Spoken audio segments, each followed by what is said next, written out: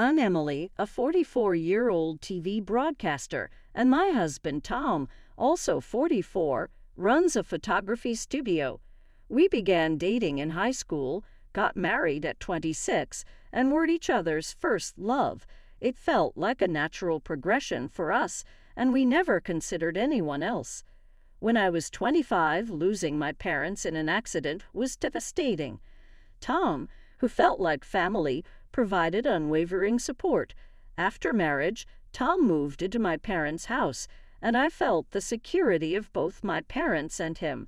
2 years into our marriage, our joy multiplied with the arrival of our son. Tom was an ideal partner, actively participating in household chores and childcare, making him perfect for a working couple. However, my mother-in-law, Jane, had issues with Tom doing housework. The incident I want to discuss happened 10 years ago when our son started elementary school. Jane, living 30 minutes away by train, began frequenting our house to assist with picking up our son after school. This became necessary due to the less flexible and unappealing after-school care. Around the same time, my father-in-law, Steve, had retired, but Jane, being a traditional housewife, couldn't contribute to household chores. Whenever Tom cooked, she expressed disapproval, saying a man shouldn't be in the kitchen. Even during my first visit to Tom's parents' house, Jane suggested that I should quit my job. She held on to the belief that women should be housewives, and my glamorous broadcasting job didn't sit well with her. Despite Jane's views, Tom and I supported each other's dreams. We navigated the challenges of nursery school together, expecting elementary school to be easier. However, the inflexible after-school care pushed us to rely more on Jane. As she became involved, she started criticizing things like the laundry folding and cleaning, making our home life more challenging. But Tom would casually reply, "Oh, I'm in charge of the laundry. Is that not okay?" Or, "It's fine. No one dies from a bit of dust." Yet she would still complain to Tom behind my back, saying, "Aren't you ashamed to let your husband do the laundry?" Or, "It's bad for our reputation." However, since her help was appreciated, I just listened without talking back. On the other hand, Jane had old-fashioned views, but was open to new things. Unusually for her age, she owned a smartphone. "I'm the only one among my friends who has a phone," she would boast. She used the internet to look up various things, saying, "See, you can do this kind of thing so easily now. You have to use convenient things." She made good use of it, making reservations at restaurants and using online services. At that time, our family relied on a delivery service for our weekly shopping, ordering via paper and having it delivered. This, too, seemed to displease Jane. She would say things like, "You should just go shopping yourself, and the delivery fee is a waste." But when she discovered that the service could be ordered online, she urged me, "Why didn't you do this, Emily? Ordering on paper is so old-fashioned." When Jane would stay until late at night while Tom and I were preparing dinner, she would say, "I have to go back for Steve's dinner. He won't eat if he's alone," and then she would leave. Steve really couldn't do any housework at all. "Tom, why is it that you, who grew up in such an environment, are so cooperative with household chores?" I asked Tom once. He replied, "Mom always complained anxiously about Dad not helping with the chores. I decided that when I got married, I would definitely help out to avoid being complained about." So it was a case of learning by negative example. Jane was angry that her husband didn't do housework and found it amusing that her son did. I couldn't understand what would satisfy her, but I guessed she just liked to complain, so I tried to keep my distance as much as possible. At that time, I had no idea that Jane was so cornered that she would end up doing something like selling our house without permission. Yes, that summer, I was offered a chance by my company to go on a 2-month business trip overseas to participate in a sports broadcast at the World Championship. It was a rare opportunity, and I felt rewarded for all my efforts. I couldn't pass up this chance, so I immediately consulted with Tom. He was busy with various things and said, "Of course I'd want to help, but I'm not sure I can manage to take care of our son, John, while working." Then Jane, who was listening, offered, "Then I'll take care of things at home for a while." Despite my concerns due to past experiences, I had no one else to rely on and decided to entrust my son to Jane. We considered having Tom and John stay at Tom's parents' house, but it would be difficult to commute to school from there. So Jane decided to come to our house on weekdays. After successfully completing my business trip, exhausted yet relieved to return to the U.S., I arrived home on a weekday afternoon with a heavy suitcase in hand. To my surprise, Jane greeted me at the entrance as if she had been eagerly waiting for me. As I was about to thank her for taking care of the house during my absence, she uttered something unbelievable. "This house sold for $300,000, so I'm taking the full amount." My tired mind couldn't comprehend what she said for a moment. "This house, our house?" I asked in disbelief, to which she replied with shining eyes, "Yes, this house." "Ah, no, I mean we don't own a house." Confused and struggling to make sense of the situation, I replied just that. Jane burst into laughter, exclaiming, "What are you talking about, Emily? Why would you lie like that? There's a registration certificate in your name. I won't be fooled." Feeling the conversation was going nowhere, I decided to change the topic to calm my heart down. "Well, let's set that aside for a moment. Why are you selling it?" Jane replied confidently, "What belongs to the wife belongs to the husband, and therefore to me. I'm using it to build a new house." Her eyes were bloodshot as she said this, and I started to feel scared. "A new house? Whose exactly?" I asked. "Mine and my husband's, and you guys will live there. This way, Tom won't have to do household chores anymore. I've been so sorry for him. I raised him not to do such things, and I won't allow Tom to do household chores in the future," she said with a look of certainty. As I pieced together the story, it turned out that shortly after we got married, when Tom was in the kitchen, Jane told him to let me do such things. Tom had replied, "No, this house is Emily's. I have to do at least this much." Apparently, she had misconstrued this to mean that Tom was doing chores because he was living in my house. She always believed that Tom actually didn't want to do household chores and preferred to focus on his work. The idea of a working couple cooperating in household chores just didn't exist in her mind. Furthermore, I later found out that after Steve retired, his pension was less than expected, and he struggled to find re-employment. This led them to feel insecure about continuing to live in their rented apartment. In desperation, they resorted to such an unthinkable action.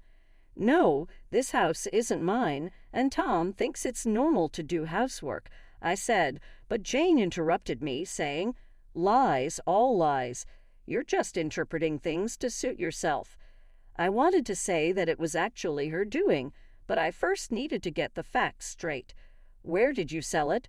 I asked. "Was it to AA Real Estate? They did an easy online assessment, sent them the necessary documents, and they sold it easily. It's a convenient world, isn't it?" It turned out she found an easy evaluation real estate agent online and requested the sale through them. The buyer was looking for a house in that area. "You won't get such a high price for a house this old anywhere else," they said. They convinced me it was the right time to sell. "That's why you should be grateful. Selling a 20-year-old house for $300,000. I found a good real estate, didn't I?" she boasted. I looked up the real estate company online and found a website that seemed right. I tried calling them, but there was no answer. When I asked Jane if she had visited the real estate company at this address, she replied, "No, I didn't go there. You don't need to do that nowadays." I told her, "First, go to this address tomorrow. If you don't, I won't discuss this any further," and sent her home. Reluctantly, she left, and the next day I received a tearful call from her. It's not there. The real estate company doesn't exist at the address. There was only a dilapidated wooden house, seemingly uninhabited, she confessed, wailing. I was so astonished by her foolishness that I burst into laughter. When she returned, she explained that during my absence, she had found the house registration certificate in my name and thought she could sell it. So she contracted the real estate agent, who shamelessly assured her, even if you're not the owner, it's fine if you have that certificate. Some people pass away, after all. Just provide us with the family register and signature certificate. Naively believing them, she sent all the requested documents to the agent. When they found a buyer, they asked for a deposit, half of the commission fee, so she transferred $4,800, half of the $9,600 commission on the $300,000 sale. I called the police to explain the situation, and 2 officers came to our house. It turns out this kind of internet fraud posing as real estate agents has become common. They offer free valuation, ask for official documents, introduce the supposed buyer, take a fee, and then disappear. It was a devious scheme. Recently, with many vacant houses and the ability to fake addresses for document delivery, such frauds have become more common. The fraudsters probably wrote their name on a post box and received the documents there. Jane was trembling as she answered the police officer's questions. Let me ask you again. The house deed you sent, it belongs to your daughter-in-law, right? The officer asked, tilting his head in confusion. Yes, I did, Jane replied, realizing the gravity of the situation as the third party got involved. The officer, now incredulous, asked, even if it was your son's, isn't it strange to try to sell someone else's house? Red-faced, Jane blurted out, no, it's not like that. Emily asked me to. She wanted to get the house appraised to sell it, spouting a nonsensical excuse. The officer turned to me and asked, is that true? To which I simply replied, no, I didn't ask for that. The officer, unsure of whose testimony to believe, eventually seemed to trust me over my visibly distressed Jane. She says she didn't ask for it. You shouldn't sell things on your own, madam. Normally, this wouldn't even be possible. This is just outrageous, he lectured. Jane bit her lip, looking down in silence.